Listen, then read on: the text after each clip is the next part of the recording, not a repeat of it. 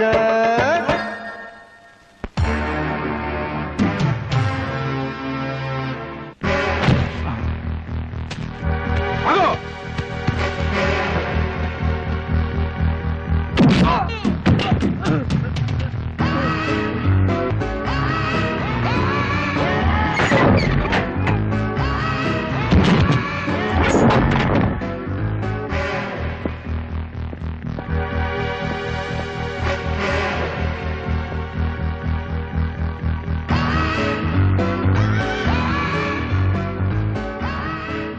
అతో వా ప్రాప్స్యసే స్వర్గం చిత్వా వా భోజ్యసే మహీం.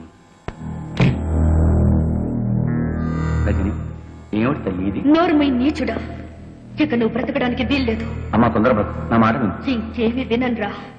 నా తల్లికి నువ్వు చేసిన ద్రోహానికి నిన్నిన్నాళ్లు వదలడమే నేను చేసిన పెద్ద తప్పు. నన్ను క్షమించమా, నీ కాళ్ళు పట్టుకుంటా, నన్ను క్షమించు. నిన్ను నేను కాదురా, ఆ భగవంతుడే క్షమించాలి. భగవంతుడా, ఈయన్ని క్షమిస్తావా? వినపడ్డం లేదంట. నీ దగ్గరికే పంపిస్తాను, నువ్వే క్షమించు.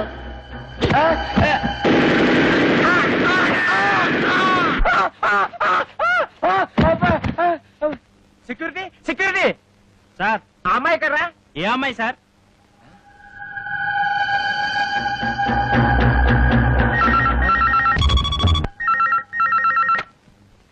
హలో, నేను నాన్న రజనీని. నీకు 1,00,000 సార్లు చెప్పాను నన్ను నాన్న అని పిలవద్దని. జన్మనిచ్చిన వాణ్ణి తండ్రి అని పిలవకుండా త్రాష్టుడాన్ని ఎలా పిలమంటావు నాన్న? రజని, నీతో ఒక విషయం సీరియస్ గా మాట్లాడాలి. రేపు పొద్దున 10ంటికి గెస్ట్ హౌస్కి రా. అలాగే వచ్చేటప్పుడు నేను మీ అమ్మ కలిసి దిగిన ఫొటోస్ నెగటివ్స్ పట్ల. అలాగే.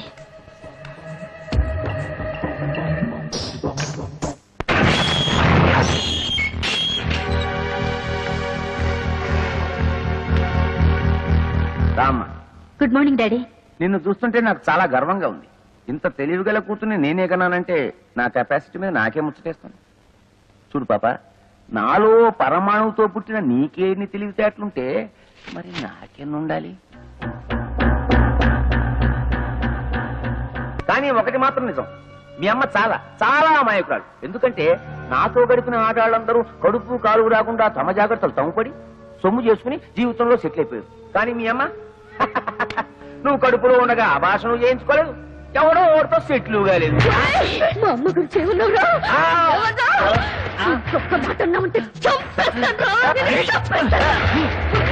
ఎందుకు ఆవేశపడతారు? ఎప్పుడు ఆవేశపడాలో అప్పుడు ఆవేశపడాలి. చూడమ్మా రజని, నీ దగ్గర ఉన్న మా పెళ్లి ఫోటోలు నాకు ఇచ్చేయి. నాకు సాక్ష్యాలు మిగల్చడం అంటే మహాశయం. నా దగ్గర లేవు. మా అమ్మగా ఇచ్చేయి. లేవు. ఇచ్చేయమంటున్నానా? లేవంటుంటే ఇప్పుడు ఆవేశపడాలరా? లేవు చెప్పండి కదా.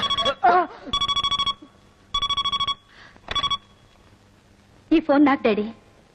హలో, నేను రజనిని. పోలీస్ స్టేషన్ దగ్గర నుంచేగా. ఒకవేళ 10 నిమిషాల్లో నేను రాకపోతే ఆ ఫోటోలు లెటర్లు విలేకరులకు ఇచ్చేయి. మా అమ్మ ఎంపీ గారు పెళ్లి చేసుకున్న ఫోటోలు రేపు పేపర్లో వచ్చేస్తాయి. అలాగే. ఏం లేదు డాడీ, నువ్వు ఇలాంటి వెధవ పని చేస్తావని తెలిసే నా అరేంజ్మెంట్ నేను చేసుకున్నాను. హలో బావా, నేను చిట్టిని. ఇందాకోసారి ఫోన్ చేస్తే అమ్మాయి ఎత్తింది. ఎవరది? ఇష్టం వచ్చినట్టు మాట్లాడింది. ఏంటో ఫోటోలు, పోలీస్ స్టేషన్, విలేకరులు, ఒక్క ముక్క అర్థమై చాలేదు బావా. Hello hello. అమ్మా అమ్మా అమ్మా, తలుపుతీ అమ్మా, నేను నీ దగ్గర పడుకుంటాను.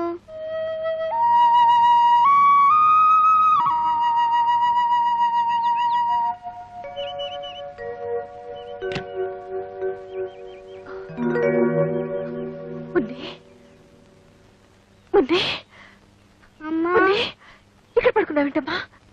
ఎప్పుడొచ్చా? రాత్రే వచ్చాను.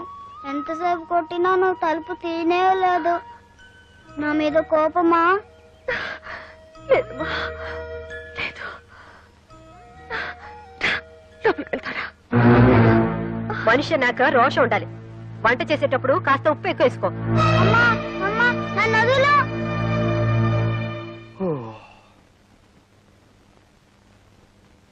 అమ్మో, 8 అయింది. సరు లే. చూడమ్మా మనలాంటి ఆడవాళ్ళు ఇలా పొద్దుపోయేదాకా పడుకుంటే దేవుడి దేవుళ్ళ ఇంటికి శని పడుతుంది. అయినా నాకు తెలుసులే మా మరిదిగా నేను వదిలిపెట్టుండడు. ఇంకెందుకు 3 రాత్రులు అయిపోయాగా రేపటి నుంచి మీ ఇంట్లో లాగే తెల్లారుజాము 4 గంటలకు లేసి ఇల్లు ఊడ్చి ముగ్గు వేసి అంట్లు తోమి బట్టలు ఉతికి. Stop stop stop. నేను తెల్లవారుజామున 4 గంటలకే లేచి? ఓ గాడ్! ఎందుకలా నవ్వుతుంది? నవ్వదా మరి? వాళ్ళ ఇంట్లో తెల్లవారుజామున 2 గంటలకే లేచే అలవాటు. నువ్వు 4 గంటలు అటు నవ్వుకుంటే ఏం చేస్తుంది? అంతేనా? సరస్వతి ఇలా నవ్వుతుంటే నా గుండెలో రాయి పడింది అనుకో. ఎక్కడ తను కూడా పార్వతిలా తయారవుతుందేమోనని. అమ్మయ్య. బుజ్జి, నీకొకటి ఇవ్వనా? చిలిపి వంటిట్లో ఏమిటి? గుర్తుందా? సంతకం పెట్టావే, డైవర్స్ పేపర్స్. మొగుడికి తమలపాకులు ఇచ్చినంత ప్రేమగా విడాకులు ఇస్తానంటుంది ఏమిటి?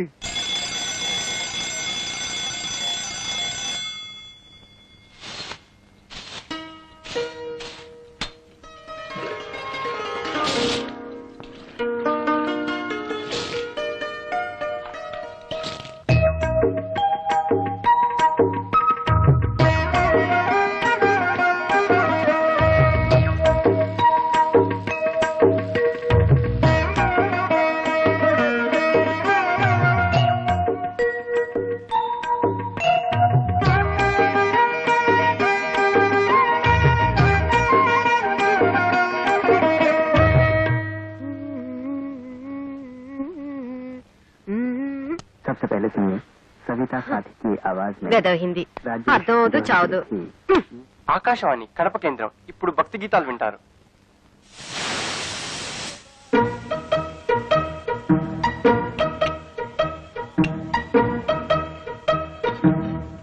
చూసా వదిన, నీ చెల్లెలు చేసిన పని. వేకోజామున 4 గంటలకే లేచి అచ్చం నీలాగే ముగ్గేసింది. అది తెలుసు, కానీ టిఫిన్ కూడా ఇంత తొందరగా చేస్తుంది అనుకోలేదు. కనీసం ఇడ్లీ పిండి కూడా రుబ్బకుండా దేవుడి దయ వల్ల. అదే సరస్వతి స్పెషాలిటీ, ఇన్స్టెంట్ ఇడ్లీ.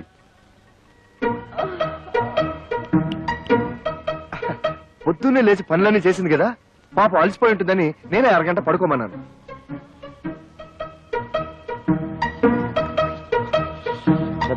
దీని శుభ్రంతో చచ్చిపోతున్నాను వదిన. 1 గంట పడుకున్నా సరే మళ్ళీ పడుకోవాలా? అలాగే ఉండాలి. అమ్మయ్యా, దేవుడి దయ వల్ల ఇన్నాళ్ళకి ఈ ఇంటిని నన్ను అర్థం చేసుకునే అమ్మాయి వచ్చింది. నాకు చాలా ఆనందంగా ఉంది. బుజ్జి, అదిరిందోయ్. అచ్చం బాబాయ్ హోటల్ నుంచి తెప్పించుకుని తింటున్నట్టుంది. చిత్రం ఏంటో తెలుసా వదిన, సరస్సు కూడా వంటలు తన బాబాయ్ దగ్గరే నేర్చుకునింది. ఈ బాబాయ్ అంతా ఒకేలా వండుతారనుకుంటా. కానీ అంతకంటే విచిత్రం ఏంటో తెలుసా, పాల ప్యాకెట్ లోంచి పాలు తరగకుండానే ఫ్లాస్కులకి కాఫీ వచ్చేసింది. అయినా నువ్వు గోడ దూకి ఇడ్లీలు తెచ్చిన వాడివి, ఈ పాల ప్యాకెట్లు కూడా గోడ అవతలే పారేయచ్చుగా. నా బాత్రూంలో ఎందుకు దాయడు?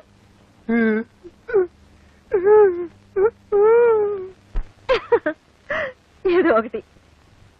మొత్తానికి 3వ తోటకోడలి దెబ్బకి అక్క బాగానే ఫూల్ అయింది.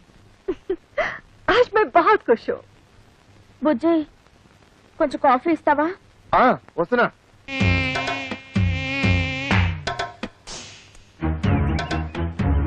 నేను ఇంట్లో నుంచి బయటికి రావడం ఇదే మొదటిసారి. నేను అంతే. నేను నీతో తిరిగినట్టు మా నాన్నగారికి తెలిస్తే ఇలా కొడతారు. కొట్టినా తిట్టినా నువ్వే నా ప్రాణం. కావాలంటే మీ నాన్ననే ఎదిరిస్తా. దీనికి ఎందుకు కొట్టడం? ఊరికే అన్నానులే. నేనేమన్నా కొట్టావు? నాకేం భయం లేదు. ఎందుకు కొట్టావు? నువ్వు కొట్టలేదు నేను కొట్టా. నీకోసం ఎంతో కష్టపడి ఐస్ క్రీమ్ తీసుకొచ్చా, తిను. నేనంటే ఎంత ప్రేమండి.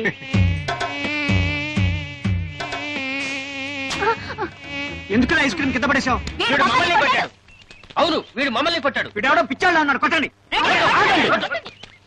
నేను మిమ్మల్ని కొట్టలేదు, ఈగల్ని కొట్టా. ఈగల ద్వారా మీకొచ్చే వ్యాధుల నుంచి కాపాడాను.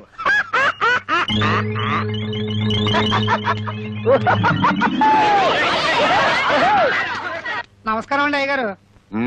రావయ్యా. ఏ బాబు, చదువుతున్నావా? అమ్మో, వీడితో పెట్టుకోకూడదు, బూతుల పంచాంగం విప్పుతాడు.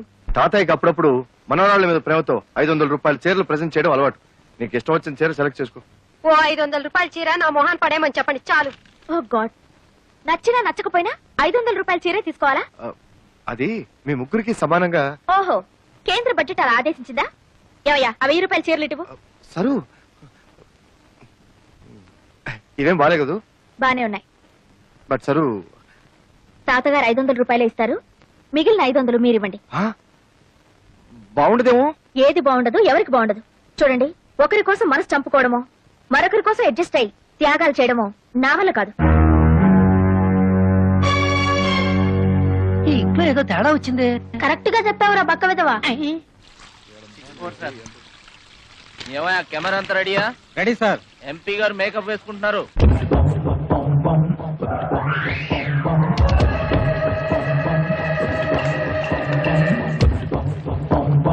మొదటి ప్రశ్న, మీరు కేబినెట్ మంత్రి కాబోతున్నారని విన్నాం. అదే జరిగితే మీరు అరికట్టబోయే 3 అక్రమాలను చెప్పండి. 3 దొంగతనాలు, దొంగ ఓట్లు, దొంగ సారా. మీ పార్టీ అధ్యక్షుడు గౌరవనీయులైన శంకర్రెడ్డి గారిపై మీ అభిప్రాయం? ఆయన చాలా గొప్ప వ్యక్తి. మా ఇద్దరి మధ్య చాలా మంచి సంబంధాలున్నాయి. మిమ్మల్ని మీ పార్టీని తిడుతున్న ప్రతిపక్ష నాయకుడు ముఖర్జీ గారిపై మీ అభిప్రాయం? వాడు ఉత్త ఎదవ. వాడెన్ని అక్రమాలు అన్యాయాలు చేస్తున్నాడో నాకు బాగా తెలుసు. డాడీ, ఈ ఇంటర్వ్యూతో నువ్వు దారుణంగా ఇరుక్కుపోయావు.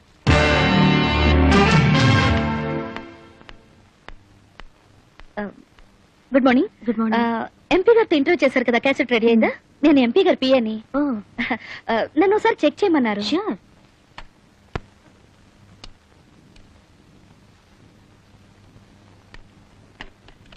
హై బ్యాండ్ ఎడిటింగ్ ఏనా? మీకు టీవీ ఎడిటింగ్ తెలుసా? ఆపరేటింగ్ కూడా వచ్చు. అయితే మీరే చూసుకోండి. Okay, thank you.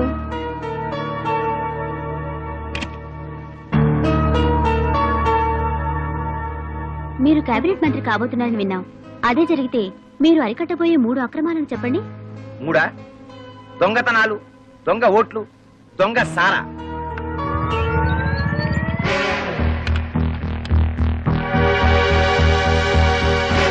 మీరు కేబినెట్ మంత్రి కాబోతున్నారని విన్నాం.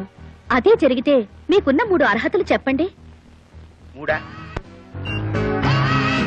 మన రాష్ట్రంలో పేరు మోసిన గుండా నక్సల్స్ నాయకుడు గోపాల్ దాస్ మీద మీ అభిప్రాయం? ఆయన చాలా గొప్ప వ్యక్తి. నా సహాయ అందరినీ చూడమని చెప్పండి, ఎవ్వరు మిస్ కాకూడదు. సీఎం గారు కూడా చూస్తున్నారట. ఉమాపతి గారు, క్యాబినెట్ లో హోమ్ గ్యారంటీ. హోమ్ లో ఏమొస్తుందా బావా? Finance ministry. సర్లేరా, పెద్దవాళ్ళు ఏమిస్తే అది తీసుకుంటాం. అడుగుతామా? ముఖాముఖి ఈనాటి కార్యక్రమంలో సంచలన వ్యక్తి ఎంపీ శ్రీ ఆకుల ఉమాపతి గారితో పరిచయం. మీరు కేబినెట్ మంత్రి కాబోతున్నారని విన్నాం. అదే జరిగితే మీకున్న 3 అర్హతలు చెప్పండి. 3 దొంగతనాలు, దొంగ ఓట్లు, దొంగ సారా. మన రాష్ట్రంలో పేరు మోసిన గుండా నక్సల్స్ నాయకుడు గోపాల్ దాస్ మీద మీ అభిప్రాయం? ఆయన చాలా గొప్ప వ్యక్తి. మా ఇద్దరి మధ్య చాలా మంచి సంబంధాలున్నాయి. ఆయన చేసే ప్రతి పని వెనకాల నా సహాయ సహకారాలున్నాయి. ఏంటండి సమాధానాలు? అయినే అనలేదంటే బాబు. నువ్వన్నయ్య బావా. అబ్బా, సమాధానాలు నాయరా, కానీ వాళ్ళు అడిగిన ప్రశ్నలు ఈగావు. మీ పార్టీ అధ్యక్షుడు గౌరవనీయులైన శంకర్రెడ్డి గారిపై మీ అభిప్రాయం? ఆడుత్త ఎదవ.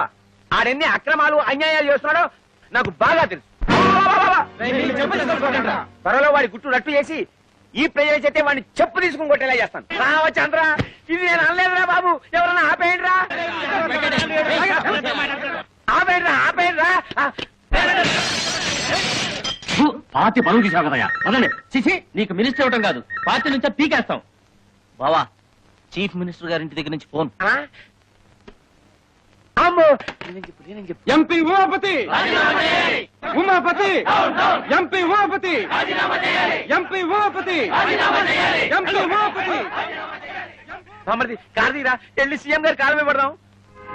పార్టీ నుంచి ఎంపీ ఉమాపతిని, పార్టీ నుంచి ఎంపీ ఉమాపతిని.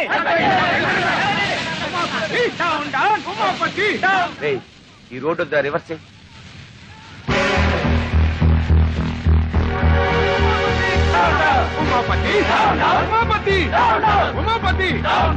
ఏం లేవు, పామాయిల్ అడిగినా లేదు. ఎందుకయ్యా రేషన్ షాపు మూసేయచ్చుగా? మీకు ఎమ్మెల్యే సపోర్ట్ ఉందనగా ఎలా చేస్తున్నారు? అవునమ్మా, ఏమీ లేవు. ఒకవేళ ఉన్నా ఇవ్వను. ఏం చేస్తారు? ముందు మీరంతా ఇక్కడి నుంచి వెళ్ళండి. వీడి అక్రమాన్ని అరికట్టే వాళ్ళే లేరా? ఏమండి, కొంచెం పంచదార ఉంటే ఇస్తారా? ఈగలు పట్టుకోవాలి.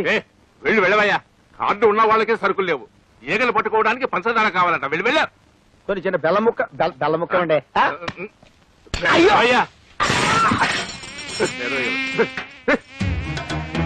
వద్దండి వాడు పెద్ద రవిడి.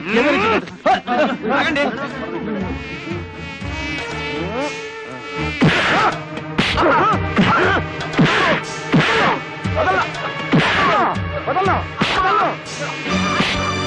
గోడౌన్ తరపుచ్చుకొని లేదన్నా బాబు వాళ్ళకి కావాల్సిన సరుకులన్నీ ఇచ్చేస్తాను, నన్ను మాత్రం చెప్పొద్దు చెప్పొద్దు చెప్పొద్దు.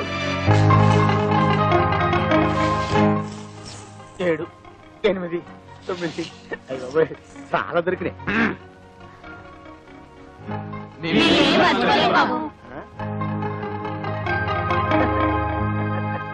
साला को गंदा कर देती है। असल बिगड़ा हुआ लड़का है। तुम क्या चाहती हो सबके सब बिगड़ जाए? तो क्या यही चाहती कि मछली वो यहाँ से चली जाए? लोग रुकेंगे नहीं मुझपर। यहाँ अपना बनकर नहीं रह सकती तो जा जहाँ तेरी मर्जी है। క్రికెట్ వస్తుంది. అంత మంచి సినిమా వస్తుంటే ఎందుకు చేంజ్ చేసావు? నాకు హిందీ రాదు, పైగా జీ అంటే ఎలర్జీ. మరి బుజ్జి నువ్వు హిందీ ఎంఏ అన్నాడా? ఓర్ ఫెలో నా గురించి లేనిపోయిన బిల్డప్లు ఇచ్చి మిమ్మల్ని పెళ్లి కొప్పించినట్టున్నాడు.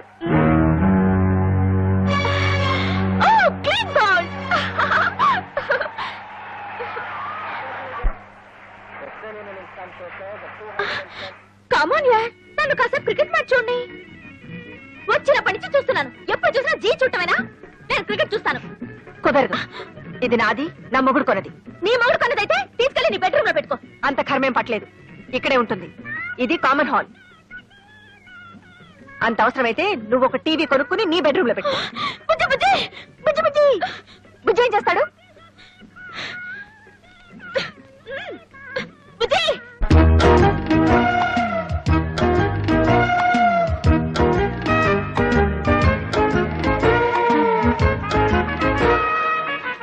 బుజ్జి ఏం చేస్తున్నారు?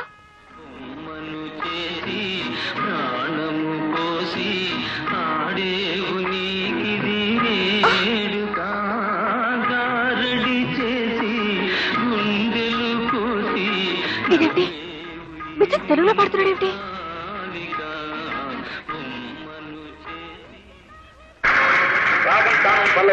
ఈ రౌండ్ లో ఎంత స్కోర్ లో ఉన్నారో చెప్తే. రాగం 70. ఏమిటిది? కనబడ్డా లేదా? నీ టీవీ మీద నా టీవీ. ఇది మా ఆయన కొనిచ్చింది. అయితే దాన్ని తీసుకెళ్లి నీ రూమ్ లో పెట్టుకో. కుదరదు, నువ్వే అన్నావుగా ఇది అందరికీ కామన్ హాల్ అని. ఇక్కడే ఉంటుంది. అసలు ఏమనుకుంటుందయ్యా మీ ఆవిడ? నన్నే ఇన్సల్ట్ చేస్తుందా? అవునవును. నేనెవరని తెలుసా? అవునవును. అసలు ఏ ఫ్యామిలీ నుంచి వచ్చానని తెలుసా? అవునవును. అసలు ఏమిటయ్యా అన్నిటికీ అవును అవును గంగిరితో తలుపుతావేమిటి? నేను ఎవరైనా వెరిమోహన్ అనుకున్నావా? అవునవును. మళ్ళీ అసలు ఏమైంది నీకు?